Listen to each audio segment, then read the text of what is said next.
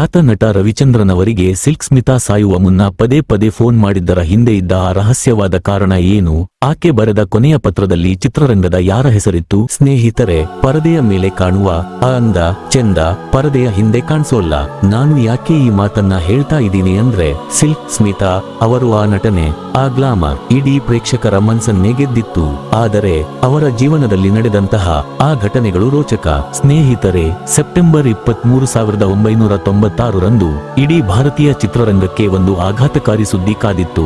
ಅದರ ಅತ್ಯಂತ ಜನಪ್ರಿಯ ಮುಖಗಳಲ್ಲಿ ಒಂದಾದ ಸಿಲ್ಕ್ ಸ್ಮಿತಾ ಇನ್ನಿಲ್ಲವಾಗಿದ್ದರು. ಆಕೆಯ ಶವ ಚೆನ್ನೈನ ಅಪಾರ್ಟ್ಮೆಂಟ್ನಲ್ಲಿ ಪತ್ತೆಯಾಗಿತ್ತು ಮತ್ತು ಪೊಲೀಸರು ಇದನ್ನು ಆತ್ಮಹತ್ಯೆ ಎಂದು ತೀರ್ಮಾನಿಸಿದರು. ಖಿನ್ನತೆ ಮತ್ತು ಮಿತಿಮೀರಿದ ಸಾಲವೇ ಇದಕ್ಕೆ ಕಾರಣ ಎಂದು ಹೇಳಲಾಯಿತು. ಆದರೆ ಸ್ನೇಹಿತರೆ, ಈ ಸರಳ ಉತ್ತರವು ಕೆಲವು ಗೊಂದಲಕಾರಿ ವಿವರಗಳನ್ನು ನಿರ್ಲಕ್ಷಿಸುತ್ತದೆ. ಆಕೆ ಸಾಯುವ ಕೆಲವೇ ಗಂಟೆಗಳ ಮೊದಲು ತನ್ನ ಸ್ನೇಹಿತೆಗೆ ಮಾಡಿದ್ದ ಆ ಒಂದು ತುರ್ತು ಫೋನ್ ಕರೆಯ ಬಗ್ಗೆ ಏನು ಹೇಳುತ್ತೀರಿ? ಆ ಕರೆಯಲ್ಲಿ ಆಕೆ ಒಂದು ದೊಡ್ಡ ಹಾನಿಕಾರಕ ರಹಸ್ಯವನ್ನು ಬಯಲು ಮಾಡುವುದಾಗಿ ಭರವಸೆ ನೀಡಿದ್ದಳು. ಆದರೆ ಆ ರಹಸ್ಯ ಆಕೆಯ ಜೊತೆಯಲ್ಲೇ ಸಮಾಧಿಯಾದಂತೆ ತೋರುತ್ತದೆ. ಹಾಗಾಗಿ ಸಿಲ್ಕ್ ಸ್ಮಿತಾಳ ಕೊನೆಯ ದಿನದಂದು ನಿಜವಾಗಿ ಏನಾಯಿತು ಎಂಬುದರ ಸತ್ಯವನ್ನು ತಿಳಿಯಲು ನಾವು ಪತ್ರಿಕೆಗಳ ವರದಿಗಳನ್ನು ಮೀರಿ ಆಕೆ ನಮಗಾಗಿ ಬಿಟ್ಟು ಹೋದ ಸುಳಿವುಗಳನ್ನು ಪರಿಶೀಲಿಸಬೇಕಾಗಿದೆ.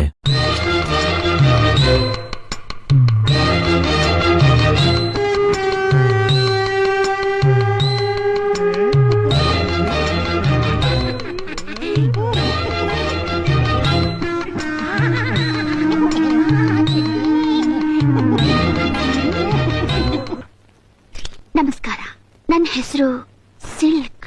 ಸಿಲ್ಕ್ ಎಂಬ ಹೆಸರು ಜಗತ್ತಿಗೆ ಪರಿಚಯವಾಗುವ ಮೊದಲು ವಿಜಯಲಕ್ಷ್ಮಿ ವಡ್ಲಪತಿ ಎಂಬ ಯುವತಿ ಇದ್ದಳು ಮತ್ತು ಆಕೆಯ ಕಥೆ ಸ್ನೇಹಿತರೆ ಅಷ್ಟೊಂದು ಸುಖಕರವಾಗಿರಲಿಲ್ಲ. ಅದು ಆಂಧ್ರ ಪ್ರದೇಶದ ಒಂದು ಬಡ ಹಳ್ಳಿಯಲ್ಲಿ ಪ್ರಾರಂಭವಾಯಿತು. ಆಕೆಯ ಜೀವನ ಚರಿತ್ರೆಯಿಂದ ನಮಗೆ ತಿಳಿದು ಬರುವುದೇನೆಂದರೆ, ಆಕೆ 4ನೇ ತರಗತಿಯ ನಂತರ ಶಾಲೆಯನ್ನು ಬಿಡಬೇಕಾಯಿತು. ಆಕೆ ಇನ್ನೂ ಹದಿಹರೆಯದಲ್ಲಿದ್ದಾಗಲೇ ಆಕೆಯ ಕುಟುಂಬವೇ ಆಕೆಗೆ ಮದುವೆ ಮಾಡಿ ಆಕೆಯ ಬಾಲ್ಯವನ್ನು ಕ್ರೂರವಾಗಿ ಮೊಟಕುಗೊಳಿಸಿತು. ಆದರೆ ಈ ಮದುವೆ ಒಂದು ಪರಿಹಾರವಾಗಿರಲಿಲ್ಲ, ಅದೊಂದು ಹೊಸ ದುಸ್ವಪ್ನವಾಗಿತ್ತು. ವರದಿಯ ಪ್ರಕಾರ ಅದು ದೌರ್ಜನ್ಯ ತುಂಬಿದ ಮನೆಯಾಗಿತ್ತು ಮತ್ತು ತಾನು ಅಲ್ಲಿಂದ ಪಾರಾಗಲೇಬೇಕೆಂದು ಆಕೆಗೆ ತಿಳಿದಿತ್ತು. ಹಾಗಾಗಿ ಮುಂದೆ ಆಕೆಯ ವೃತ್ತಿಜೀವನವನ್ನು ರೂಪಿಸಿದ ಅದೇ ಮನೋಬಲದಿಂದ ವಿಜಯಲಕ್ಷ್ಮಿ ಅಲ್ಲಿಂದ ಓಡಿ ಹೋದಳು. ತನ್ನ ಪತಿ, ಅವನ ಕುಟುಂಬ ಮತ್ತು ತನಗೆ ತಿಳಿದಿದ್ದ ಎಲ್ಲವನ್ನೂ ಬಿಟ್ಟು ಕನಸುಗಳನ್ನು ನನಸಾಗಿಸುವ ಅಥವಾ ನುಚ್ಚುನೂರು ಮಾಡುವ ನಗರವಾದ ಚೆನ್ನೈಗೆ ಒಂದು ಹೊಸ ಆರಂಭಕ್ಕಾಗಿ ಪ್ರಾರ್ಥಿಸುತ್ತಾ ಬಂದಳು. ಹಾಲಿವುಡ್ ಚಿತ್ರರಂಗಕ್ಕೆ ಆಕೆಯ ಪ್ರವೇಶವು ಅಷ್ಟೇನೂ ವೈಭವಯುತವಾಗಿರಲಿಲ್ಲ. ಯಾವುದೇ ನಿರ್ಮಾಪಕರ ಕಚೇರಿಯಲ್ಲಿ ಅದೃಷ್ಟ ಒಲಿದು ಬರಲಿಲ್ಲ. ಎಲ್ಲರೂ ಹೇಳುವ ಕಥೆಯ ಪ್ರಕಾರ ಆಕೆ ಇತರ ನಟರಿಗೆ ಮೇಕಪ್ ಕಲಾವಿದೆಯಾಗಿ ಕೆಲಸ ಮಾಡುತ್ತಾ ಅತ್ಯಂತ ಕೆಳಮಟ್ಟದಿಂದ ತನ್ನ ಪಯಣವನ್ನು ಪ್ರಾರಂಭಿಸಿದಳು. ತಾನು ಸೇರಲು ಬಯಸಿದ ಜಗತ್ತಿಗೆ ಆಕೆ ತುಂಬಾ ಹತ್ತಿರದಲ್ಲಿದ್ದರೂ ಸಂಪೂರ್ಣವಾಗಿ ಹೊರಗಿನವಳಾಗಿದ್ದಳು.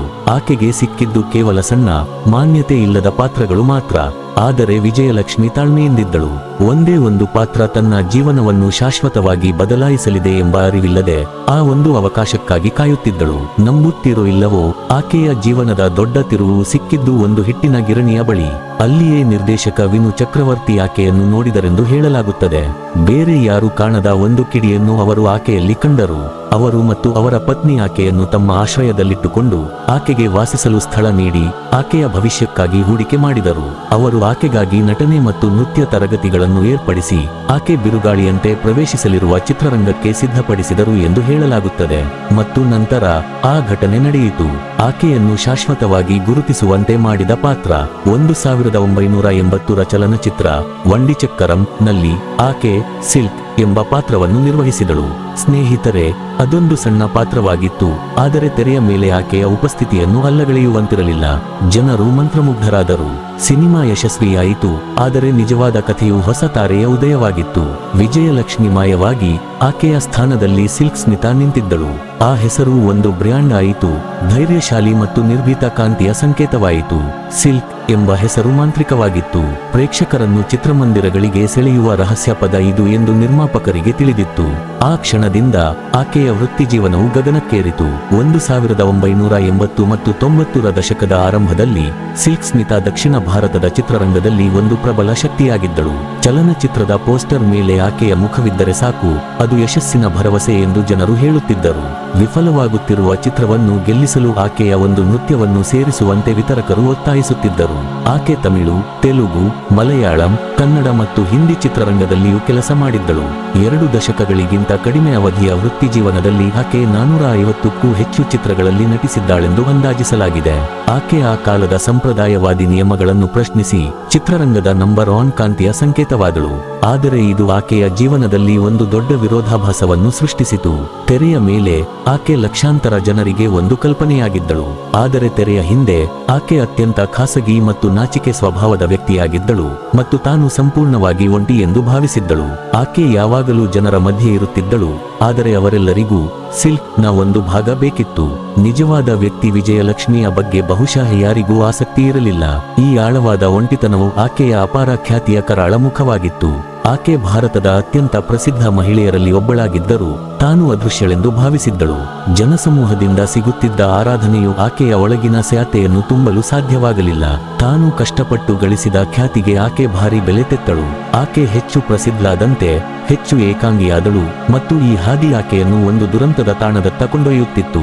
1990ರ ದಶಕದ ಆರಂಭದ ವೇಳೆಗೆ ಚಿತ್ರರಂಗವು ಎಂದಿನಂತೆ ಬದಲಾಗಲಾರಂಭಿಸಿತು. ಸ್ಮಿತಾ ಚಾಣಾಕ್ಷೆಯಾಗಿದ್ದಳು. ಸಿಲ್ಕ್ ವ್ಯಕ್ತಿತ್ವವು ಶಾಶ್ವತವಾಗಿ ಉಳಿಯಲು ಸಾಧ್ಯವಿಲ್ಲ ಎಂದು ಆಕೆ ಅರ್ಥ ಮಾಡಿಕೊಂಡಿದ್ದಳು. ಆಕೆಗೆ ಇನ್ನಷ್ಟು ಬೇಕಿತ್ತು.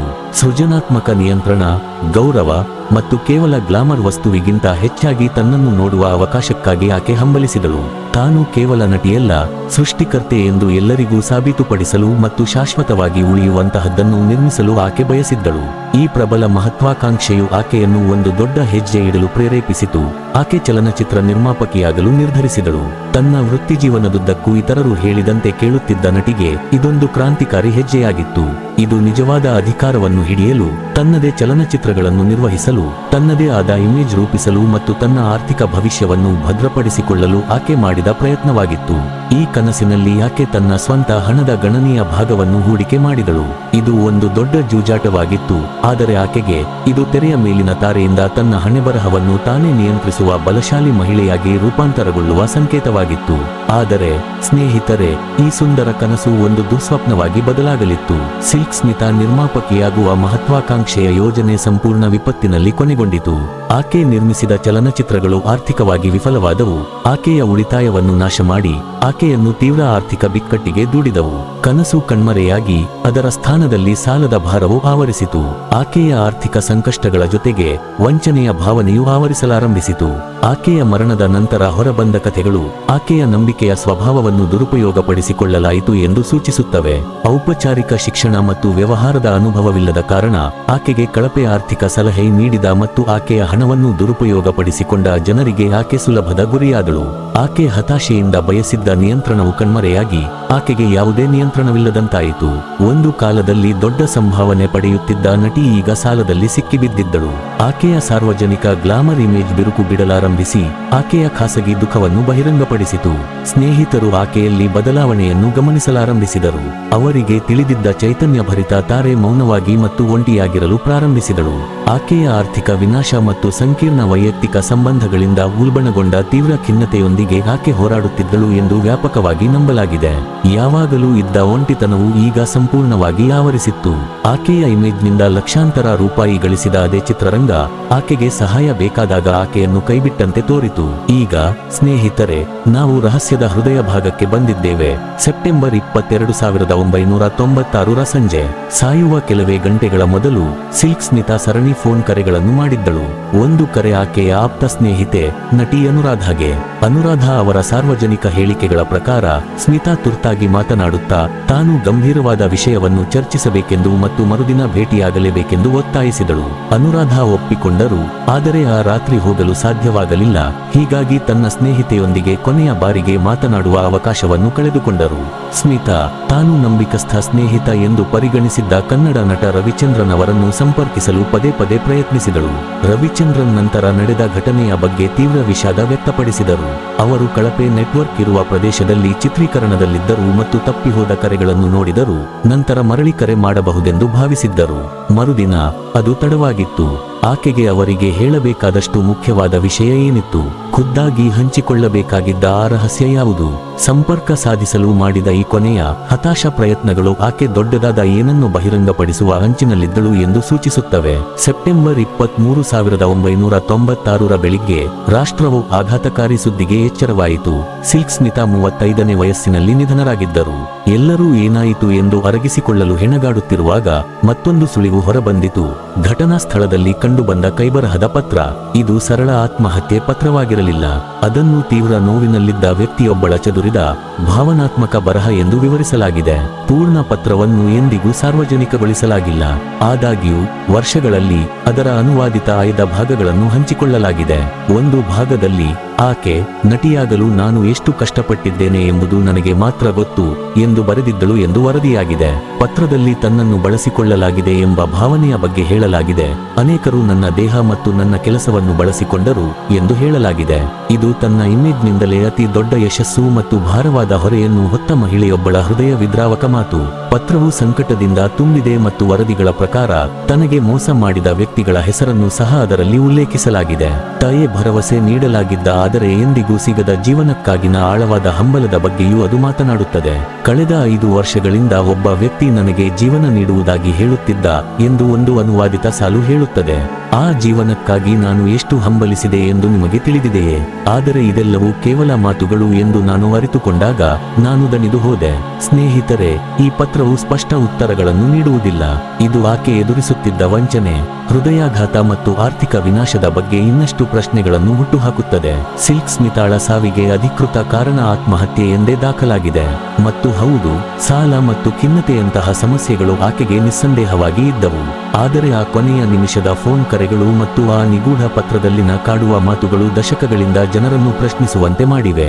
ಇದು ಕೇವಲ ತನ್ನ ಸಮಸ್ಯೆಗಳಿಂದ ಬಳಲಿದ ಮಹಿಳೆಯ ಪ್ರಕರಣವೇ? ಅಥವಾ ತಾನು ಕಟ್ಟಲು ಸಹಾಯ ಮಾಡಿದ ಅದೇ ಚಿತ್ರರಂಗದ ಕರಾಳ ಸತ್ಯವನ್ನು ಬಯಲು ಮಾಡುವ ಮುನ್ನವೇ ಆಕೆಯನ್ನು ಮೌನಗೊಳಿಸಲಾಯಿತೆ?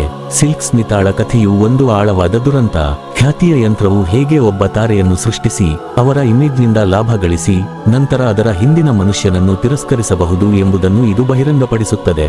ಬಡತನ ಮತ್ತು ದೌರ್ಜನ್ಯದಿಂದ ಹೋರಾಡಿ ಹೊರಬಂದ ವಿಜಯಲಕ್ಷ್ಮಿಯ ಕಥೆಯು ತಾನು ಗೆದ್ದ ಅದೇ ಚಿತ್ರರಂಗದಿಂದಲೇ ಕೊನೆಗೆ ನಾಶವಾಯಿತು. ಮನರಂಜನಾ ಜಗತ್ತಿನಲ್ಲಿ ಅತ್ಯಂತ ಪ್ರಕಾಶಮಾನವಾದ ದೀಪಗಳು ಸಾಮಾನ್ಯವಾಗಿ ಕರಾಳ ನೆರಳುಗಳನ್ನು ಬಿತ್ತರಿಸುತ್ತವೆ ಎಂಬುದಕ್ಕೆ ಆಕೆಯ ಜೀವನ ಒಂದು ಪ್ರಬಲ ಎಚ್ಚರಿಕೆಯಾಗಿದೆ. ಆಕೆಯ ಕೊನೆಯ ದಿನದ ರಹಸ್ಯವು ಇಂದಿಗೂ ಉಳಿದಿದೆ, ಏಕೆಂದರೆ ಅದು ಖ್ಯಾತಿ, ಅಧಿಕಾರ ಮತ್ತು ಶೋಷಣೆಯ ಬಗ್ಗೆ ಕಠಿಣ ಪ್ರಶ್ನೆಗಳನ್ನು ಕೇಳಲು ನಮ್ಮನ್ನು ಒತ್ತಾಯಿಸುತ್ತದೆ. ನಿಮಗೇನನಿಸುತ್ತದೆ? ಸಿಲ್ಕ್ ಸ್ಮಿತಾ ಯಾವ ರಹಸ್ಯವನ್ನು ಬಹಿರಂಗಪಡಿಸುವ ಅಂಚಿನಲ್ಲಿದ್ದಳು? ನಿಮ್ಮ ಆಲೋಚನೆಗಳನ್ನು ಕೆಳಗಿನ ಕಾಮೆಂಟ್ಗಳಲ್ಲಿ ಹಂಚಿಕೊಳ್ಳಿ. ಮತ್ತು ಈ ರೀತಿಯ ಆಳವಾದ ಕಥೆಗಳು ಮುಖ್ಯವೆಂದು ನೀವು ನಂಬಿದರೆ ದಯವಿಟ್ಟು ಈ ವಿಡಿಯೋವನ್ನು ಲೈಕ್ ಮಾಡಿ ಮತ್ತು ಹೆಚ್ಚಿನದಕ್ಕಾಗಿ ಸಬ್ಸ್ಕ್ರೈಬ್ ಮಾಡಿ.